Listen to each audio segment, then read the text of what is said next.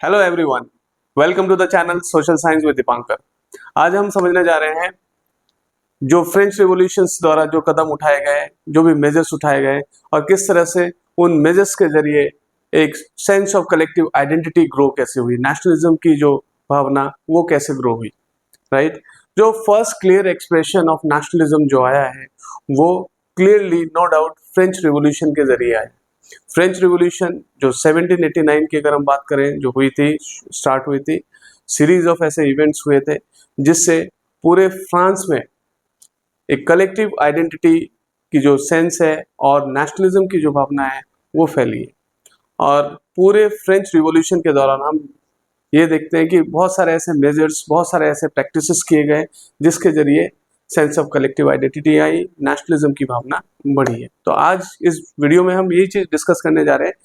आपको याद होगा कि 1789 से पहले France was a full fledged territorial state, right, under the rule of an absolute monarch. माने 1789 से पहले फ्रांस एक एब्सोल्यूट मोनार्क के रूल में था।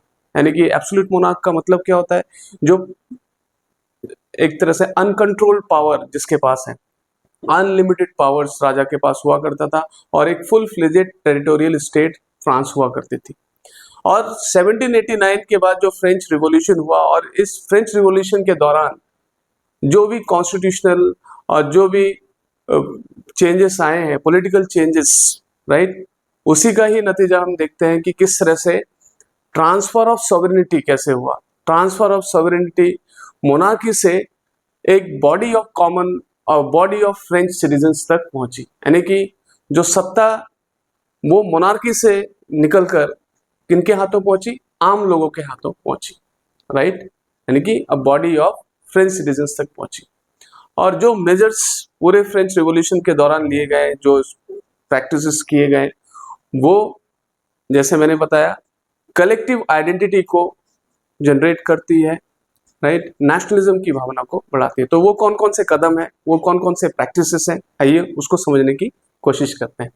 ठीक है, जो बात करते हैं सबसे पहले, to create a sense of collective identity amongst the French people, ideas like ला पैट्री, जिसे फादरलैंड कहते हैं, ले सिटोयन यानी कि जो सिटीजन है वो एम्फसाइज्ड। और इसके जरिए जो है एक notion of united community, right? These ideas promoted the concept of united community enjoying equal rights enshrined in a constitution. तो कहने का अर्थ है कि जो कॉन्सेप्ट ऑफ फादरलैंड और कॉन्सेप्ट ऑफ सिटीजन है उसको एम्फसाइज किया गया है और ये भी आइडिया को प्रमोट किया गया कि किस तरह से लोग जो बिलोंग करेंगे एक यूनाइटेड कम्युनिटी को बिलोंग करेंगे और एंजॉय करेंगे इक्वल राइट्स, सभी को इक्वल राइट्स दिए जाएंगे और वो सभी इक्वल राइट्स गारंटीड होंगे एक कॉन्स्टिट्यूशन द्वारा। ओके, नेक्स्ट हम बात करते हैं स्टेट जनरल। जो स्टेट जनरल हुआ करती थी, ओके, उसको रीनेम किया गया national assembly. Okay, and it was elected by a body of active citizens. आपको याद होगा एक्टिव सिटीजन क्लास 9 में भी आपने पढ़ा होगा। एक्टिव सिटीजन्स किनको बोलते हैं? कि those people, those men who would pay taxes equal to 3 days of a laborer's wage, okay, और जो 25 years के होते थे, यानी कि ओनली मेन जो 25 years के थे और जो टैक्स पे करते थे इतना जितना कि 3 दिन के लेबर के मजदूरी के बराबर वो टैक्स पे करते थे, तो उनको एक्टिव सिटीजन का दर्जा दिया गया। तो कहने का मतलब जो स्टेट जनरल है उसको नेशनल असेंबली बनाया गया और नेशनल असेंबली जो इलेक्ट किया जाएगा by a body of active citizen, indirectly elect किया जाएगा, क्योंकि एक्टिव सिटीजन पहले किनको इलेक्ट करेंगे? इलेक्टर्स को इलेक्ट करेंगे और वही इलेक्टर जो है नेशनल असेंबली को इलेक्ट करेंगे। ओके, नेक्स्ट है a centralised administrative system with uniform laws was put in place. तो इसका सीधा मतलब यह है कि एक सेंट्रलाइज्ड एडमिनिस्ट्रेटिव सिस्टम होगा और इसमें जो है यूनिफॉर्म लॉज, यूनिफॉर्म लॉज का अर्थ है कि सभी के लिए बराबर कानून, राइट, किसी तरह का इंटरनल कस्टम और इंटरनल जो भी लॉज है या आप ये कह सकते हैं पर्सनल लॉज, राइट, वो पर्सनल लॉज जो है वो लागू नहीं होंगे, बल्कि सभी जो है कानून के सामने, यानी कि law will apply to everyone equally, सभी के लिए कानून बराबर होंगे। ठीक है, और एक सेंट्रलाइज्ड जो है एडमिनिस्ट्रेटिव सिस्टम रहेगा। ठीक है, सेंट्रलाइज्ड एडमिनिस्ट्रेटिव सिस्टम मतलब इसमें डिसेंट्रलाइजेशन नहीं होगा, एक ही केंद्र होगा एडमिनिस्ट्रेशन का और यूनिफॉर्म लॉज होंगे सभी के लिए। नेक्स्ट है द फॉर्मर रॉयल स्टैंडर्ड, जो पहले मोनार्किकल गवर्नमेंट जो एब्सोल्यूटिस्ट इंस्टीट्यूशन का एक सिंबल हुआ करता था, जो फॉर्मर रॉयल स्टैंडर्ड, उसकी जगह जो है एक new French flag the try colour, उसको जो है उसने, यानी कि फॉर्मर रॉयल स्टैंडर्ड की जगह क्या होगा, the new French flag tricolour was there, okay. And also to create a sense of collective identity and to create a sense of nationalism, what was done, new hymns were composed, नए श्लोक लिखे गए, नए गीत लिखे गए, ओस लिए गए, ओस मतलब नए कस्में खाए गए, और मार्टर्स कॉमेमोरेटेड, मार्टर्स को यानी कि शहीदों की जो भी सेक्रीफाइसेस है, शहीदों की सेक्रीफाइसेस को सेलिब्रेट किया जाएगा। इससे भी जो है लोगों के बीच में एक सेंस ऑफ कलेक्टिव आइडेंटिटी बढ़ेगी। तो बच्चों, जैसे मैं अभी बात कर रहा था, न्यू हाइम्स जो है, नए गीत लिखे गए, नए श्लोक लिखे गए, और मार्टर्स को कमेमोरेट किया गया, मार्टर्स की जो बलिदान है, मार्टर्स ने जो सेक्रीफाइसेस किए हैं, राइट, जो शहीद हुए हैं देश के लिए, उनके बलिदानों को याद किया जाएगा या सेलिब्रेट किया जाएगा। इस तरीके से भी कलेक्टिव आइडेंटिटी के सेंस को और नेशनलिज्म की भावना को या लोगों में एकजुटता की भावना को बढ़ाने का काम किया गया। और इसके अलावा internal customs and dues were abolished, जो भी अंदरूनी जो कस्टम्स है, रीति रिवाज है, और जो भी ड्यूज है, टैक्सेस है, उसको खत्म कर दिया गया, राइट। और uniform system of weights and measures was adopted, मतलब सब जगह same system of weights and measures अपनाया जाएगा। पहले ये अलग अलग हुआ करती थी, जिससे जो है कैलकुलेशन में और बड़ी दिक्कत आती थी, और ये बड़ा टाइम कंज्यूमिंग प्रोसेस होता था, ठीक है। अब क्या होगा, uniform system of weights and measures was adopted.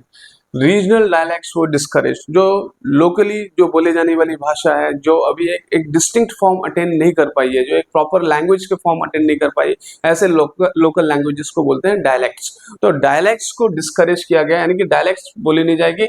And French, जो कि पेरिस में बोली जाती थी, एलिट क्लास की लैंग्वेज थी, और इस तरीके से फ्रेंच को जो है common language of the nation बनाया गया, official language of the national language of the nation बनाया गया। तो अब ये देखेंगे कि जो ये जितने सारे स्टेप्स लिए गए हैं, जो मेजर्स लिए गए फ्रेंच रिवॉल्यूशनरीज द्वारा, उन्होंने नेशनलिज्म की भावना को बढ़ाने के लिए, कलेक्टिव आइडेंटिटी को बढ़ाने के लिए किया।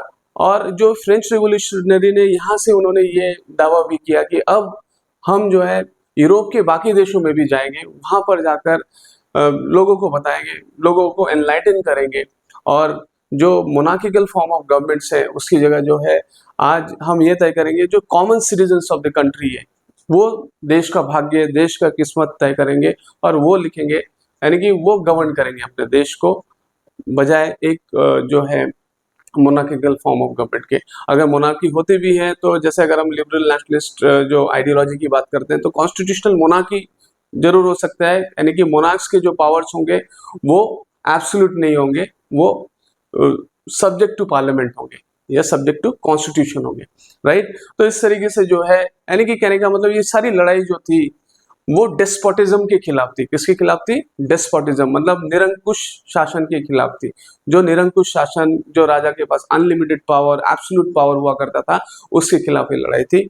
और कहीं ना कहीं जो कॉमन सिटीजन्स हैं उन तक जो है ट्रांसफर ऑफ सॉवरेनिटी करना था। ट्रांसफर ऑफ सॉवरेनिटी मतलब संप्रभुता जो है उसको हस्तांतरण करना, उसको ट्रांसफर करना था, राइट। अब जो common citizen, they will write the destiny of the nation and they will govern there nation. तो नेशन स्टेट, नेशंस बनाए जाएंगे, और यानी कि यूरोप के जो बाकी भी देश है, राइट, जहां पर कहीं ना कहीं डेस्पोटिज्म है, तो वो डेस्पोटिज्म खत्म करके जो है यूरोप के बाकी जगह पे भी नेशंस क्रिएट किए जाएंगे, नेशन स्टेट्स बनाए जाएंगे। तो ये सब उम्मीद है आपको पूरा क्लियर समझ में आया होगा। जो भी स्टेप्स, जो भी मेजर्स फ्रेंच रिवॉल्यूशनरीज ने उठाए कलेक्टिव आइडेंटिटी को बढ़ाने के लिए, नेशनलिज्म की भावना को बढ़ाने के लिए, ये सारे कदम उठाए गए, जो अपने आप में रिवॉल्यूशनरी है और हिस्टोरिक, राइट। तो उम्मीद है आपको पूरा टॉपिक समझ में आया होगा। कोई क्वेश्चंस है, डाउट्स है, प्लीज कमेंट बॉक्स में जरूर डालिए। अगले वीडियो में हम एक और इंटरेस्टिंग टॉपिक डिस्कस करेंगे आपके इसी चैप्टर राइज ऑफ नेशनलिज्म से। And if you like the video, please do like it and share it among your friends. And in the end I would say thank you so much, have a nice time, bye bye.